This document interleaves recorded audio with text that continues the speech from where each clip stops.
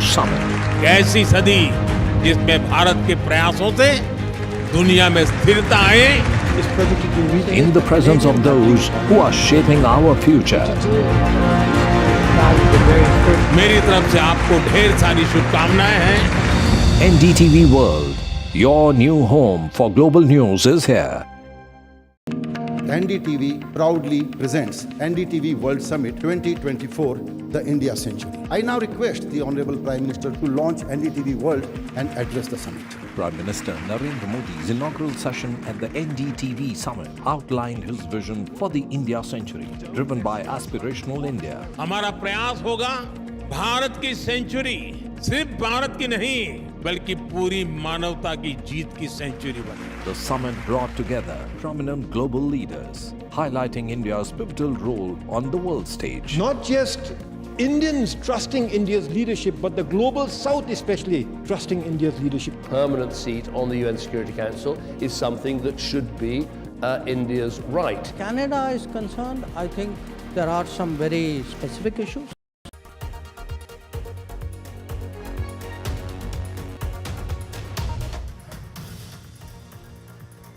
Hello and welcome. You're watching NDTV World with me, Aditi Bhardwaj. Let's take a look at the top stories here that we are tracking at this hour.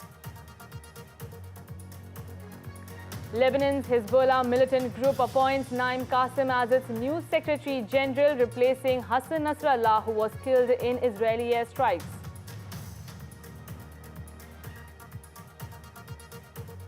Amid Israel-Hamas war, UK expresses serious concern after Israel's parliament votes to ban UN's Palestinian Refugee Agency.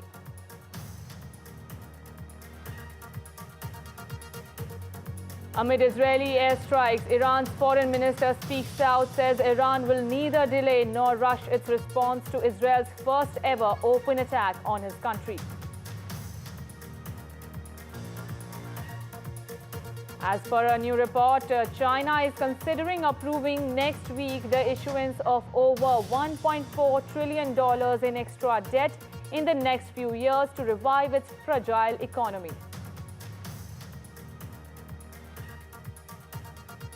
US presidential candidate Kamla Harris speaks in DC, makes case against Trump in closing pitch, says her presidency will be different.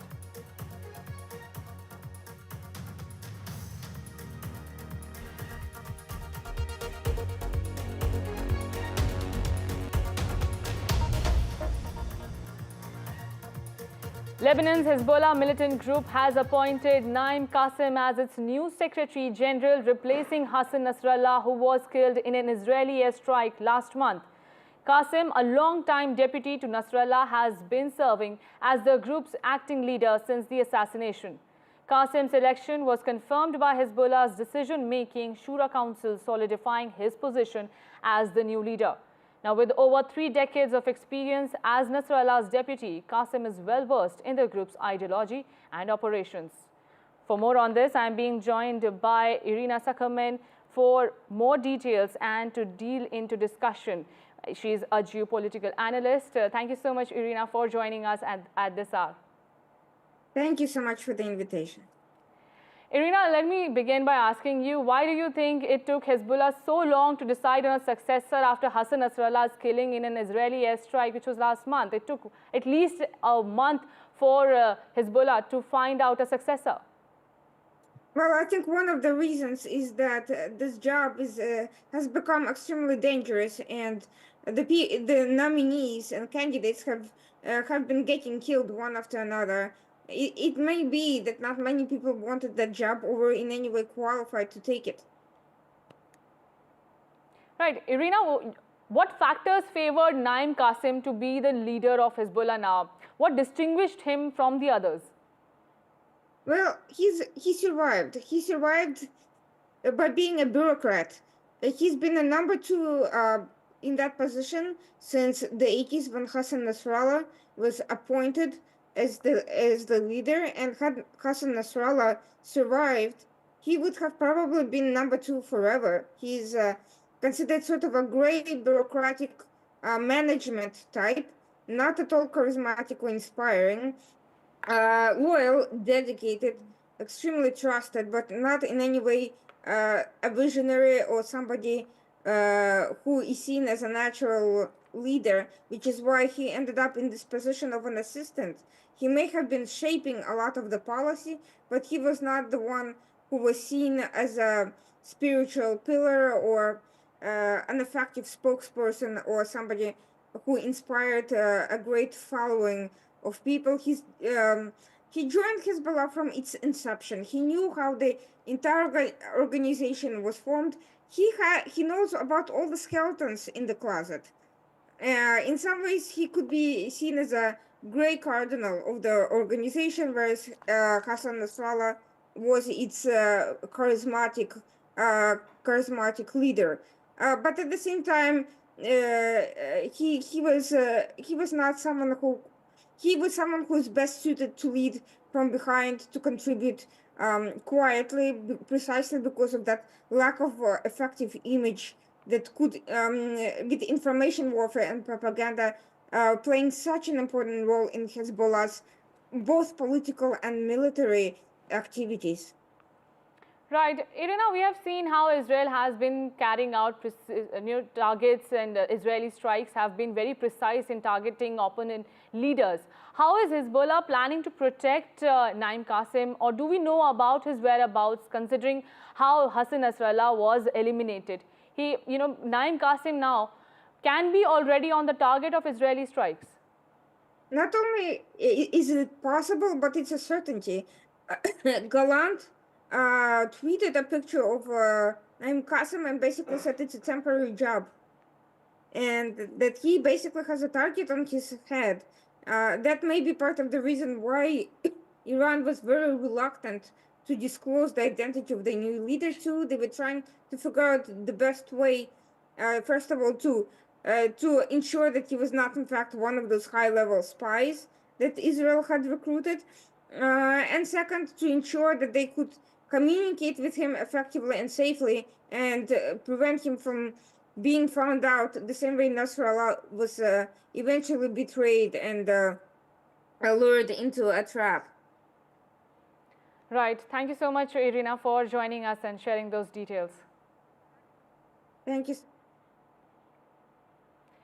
Now, moving on, several countries, including the US and the UK, have expressed serious concern about Israel's move to ban UN's Palestinian Refugee Agency.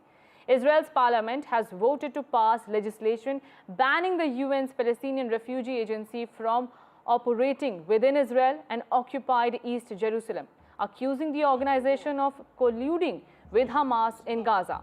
Now, contact between the agency employees and Israeli officials will be banned within 3 months, severely limiting the agency's ability to operate in Gaza and the Israeli-occupied West Bank.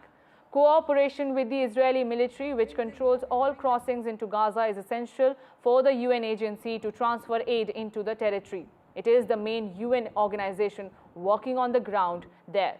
Listen in to the Israeli ambassador to the UN.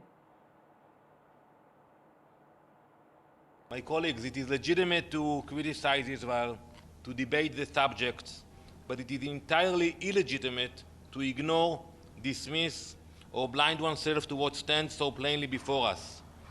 It is neither illegitimate nor moral to disregard the undeniable fact that UNRWA Gaza has become a front for Hamas. And yet, that is precisely what the Secretary General is doing. We will continue to work with the UN. We will continue to work with UN organs who are focused on humanitarian assistance to the Palestinians, but not in terrorism. We are proving that that's pure terrorism.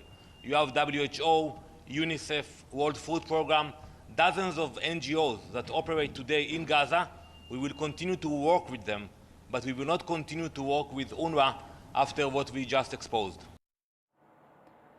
And now, amid Israeli airstrikes, Iran's foreign minister has stressed his country will neither delay nor rush its response to Israel's first ever open attack on his country.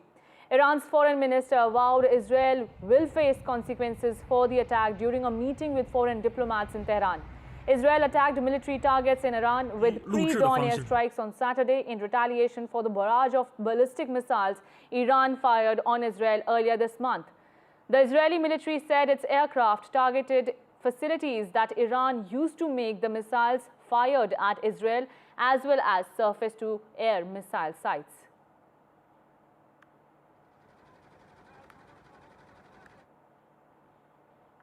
And with that, we're slipping into a very short break, but keep watching NDTV.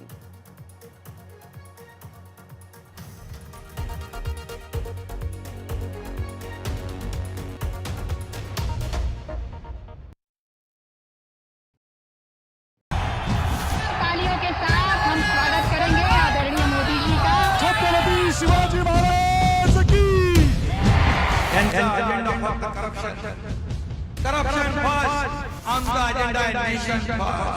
घोषणा आणि जनतेचे पैसे लुटणं. Cut commission आणि करप्शनला आमच्याकडे थारा नाही. त्यांचा परिवारवाद आमचा महाराष्ट्रवाद. महाराष्ट्रामध्ये 1,75,000 जागा रिक्त आहेत. पण का भरत नाही? राज्याची जनतेच्या घमाच्या पैशाची तिजोरी लुटण्यासाठी हे सरकार आहे. पूर्वीच्या सरकारच्या काळामध्ये निधी देताना त्यांना असं वाटायचं की त्यांच्याच खिशातले पैसे चालले. शेतकऱ्यांना मोफत वीज देण्याचं काम आपल्या सरकारने सुरू केलं. I've been reporting on all issues, big and small, from Andhra Pradesh, Telangana, rest of South India, bringing you all the action, all that you need to know, all that you want to know. The energy of Maximum City is infectious. I bring in that energy in our news coverage from financial capital Mumbai. India's IT capital is always bustling. It's literally a city that never sleeps. And I keep you ahead on all the Bengaluru buzz. Covering from the southernmost part of India over the last 23 years, I bring in-depth and 360-degree coverage from the Dravidian heartland. The land of Mishti is also known for its bitter politics. I have seen much water flow under the Howrah Bridge, covering Bengal in all its vivid colors. Stay informed and entertained with the new and updated NDTV News app. You can watch all our channels live, listen to podcasts, read breaking and exclusive news from around the world and more. Download the NDTV app today and get access to the best journalism and storytelling on your smartphone or tablet. The NDTV app. News that matters to you. We reached an agreement on patrolling. We have gone back to where the situation was in 2020, and we can say with that the disengagement process with China, you can say, has been completed. The understanding, to my knowledge, is that we will be able to do the patrolling which we were doing in 2020. NDTV proudly upholds its legacy of trust and credibility. According to the prestigious Reuters Institute's Digital News Report 2024, NDTV is the topmost news platform in the country. Number 1 in both online and offline reach in India, beating all its competition. NDTV stands for trust. New day, new show, a new experience. Start your day with the news, not views. We bring you stories that matter and impact your life. News that informs and keeps you ahead. From Maximum City, Mumbai, to the seat of power, Delhi, NDTV brings you the best breakfast show. Breakfast news on NDTV, 8 a.m. every day.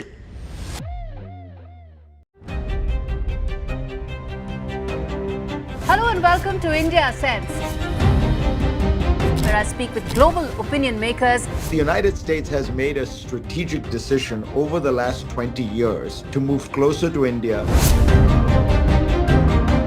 So a $7 trillion economy seems a perfectly conceivable number. If you want to be a national party, it's that you sort of accept the way the world is rather than want to endlessly hark back to how it was. Modi is promoting the digitization of the economy, which is accelerating growth in the country.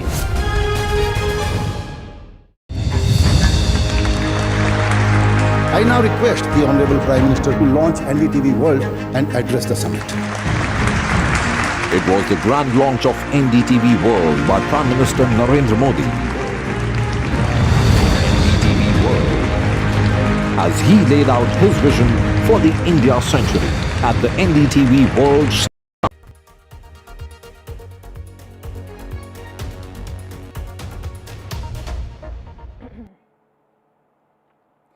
Now, as per an international news agency, China is considering approving next week the issuance of over $1.4 trillion in extra debt in the next few years to revive its fragile economy, a fiscal package which is expected to be further bolstered if Donald Trump wins the US election. China's top legislative body, the Standing Committee of the National People's Congress, is looking to approve the fresh fiscal package, including 6 trillion yuan, which would partly be raised via special sovereign bonds on the last day of a meeting to be held from November 4th to 8th. Now, China to raise fresh debt via special treasury, local government bonds. Package includes 6 trillion yuan to address local government debt risk. China will approve up to 4 trillion bonds for idle land property purchase. Beijing may announce stronger fiscal package if Trump wins November 5 election. I'm also being joined by Professor Avinash Godbole, who is an expert on matters pertaining to China. Thank you so much, Professor, for joining us. Thank you. Professor, if you can throw some light, how do you think it will help China? See, there are basically three drivers of China's economy: external investment, foreign trade, and domestic production and consumption. All three have gone down significantly over the last 1 year. They had hoped that post-COVID recovery in China would be fast enough, but it has not happened. I have spoken with some of the professors and academics who have been to China last year, and they have said that Chinese society is experiencing a social COVID. People are not willing to spend their money, so consumption has also gone down.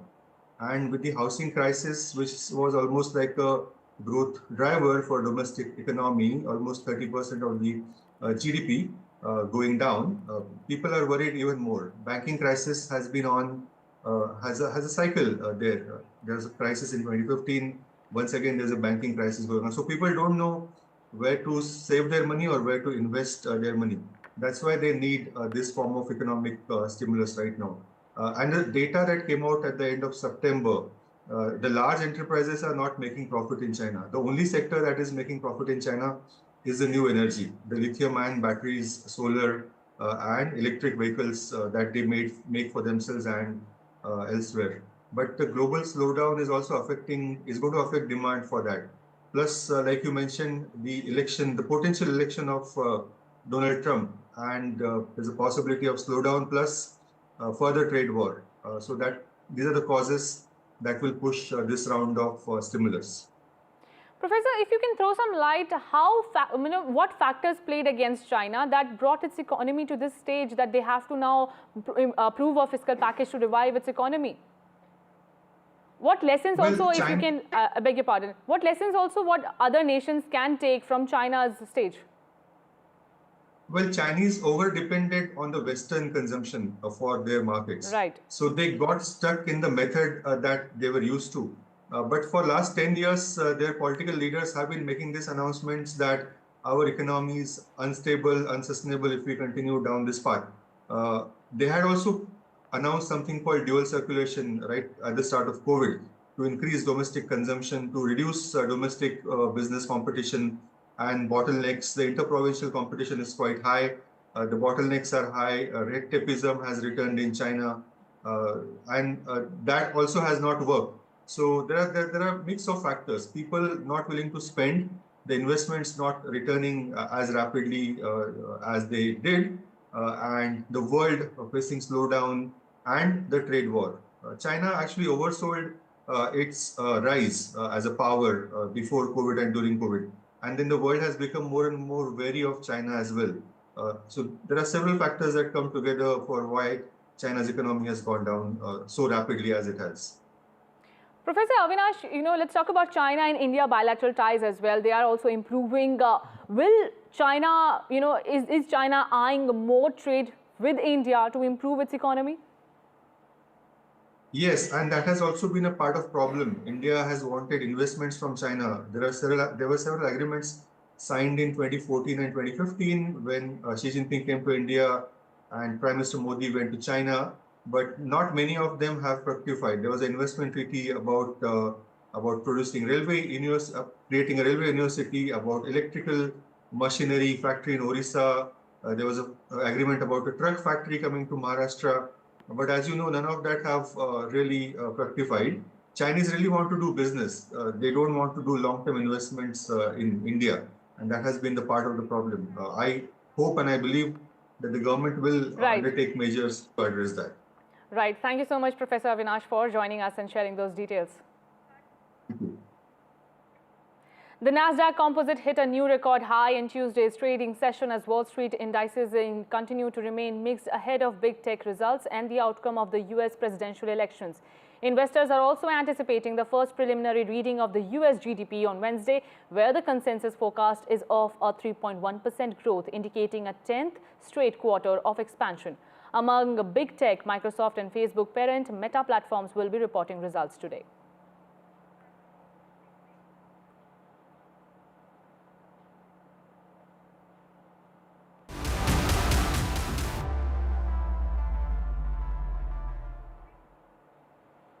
Now, Vice President Kamla Harris speaking to tens of thousands where former President Donald Trump fired up the Jan 6 mob, said he has tried to keep Americans divided and afraid of one another. But she added that it is not who we are. Vice President Kamla Harris delivered her closing argument for an election just 1 week away, urging the nation to move beyond violent division and to stop pointing fingers and start locking arms for a future of shared responsibility.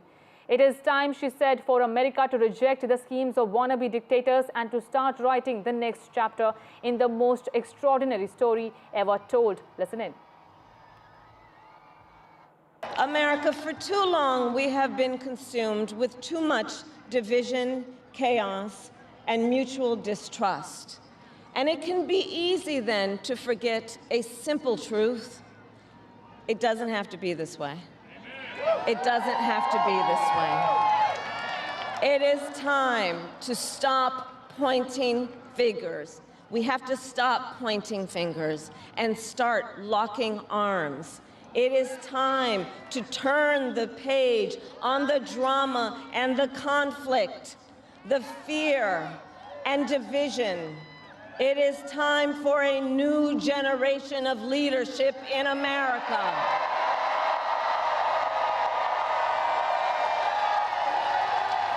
And I am ready to offer that leadership as the next President of the United States of America. A week to go until polls close, and this was Kamala Harris's big chance to offer her final pitch to voters. Tens of thousands of people attended this rally, one focused on a future of freedom and hope, key themes in her campaign.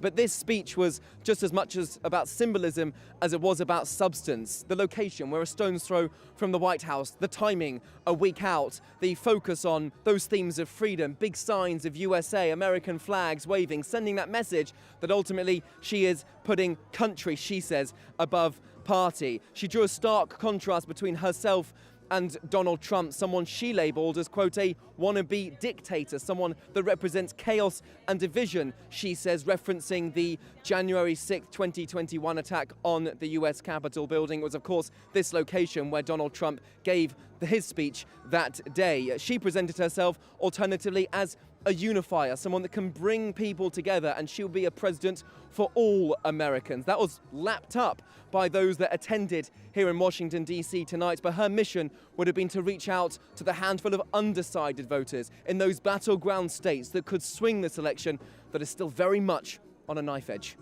Benji Haya, NDTV, Washington.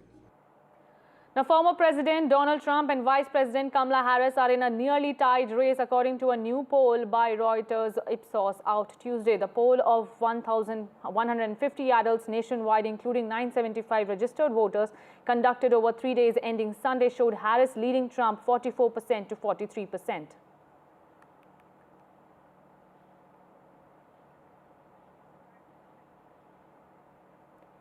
Now, the elections are just 1 week away, and these reports are coming out where it is a tight race between Kamala Harris and Donald Trump. Who will win the elections? That will be decided on November 5. Keep watching NDTV for a special report. Now, just a week before Election Day, Steve Bannon, former White House chief strategist in the Trump administration, was released from federal prison after serving 4 months for contempt of Congress when he refused to cooperate with the House Select Committee investigating the Jan 6 Capitol attack. The 4 months in federal prison not only didn't break me, it empowered me, he said after being released from the prison. And with that, it's a wrap on this news edition. Keep watching NDTV.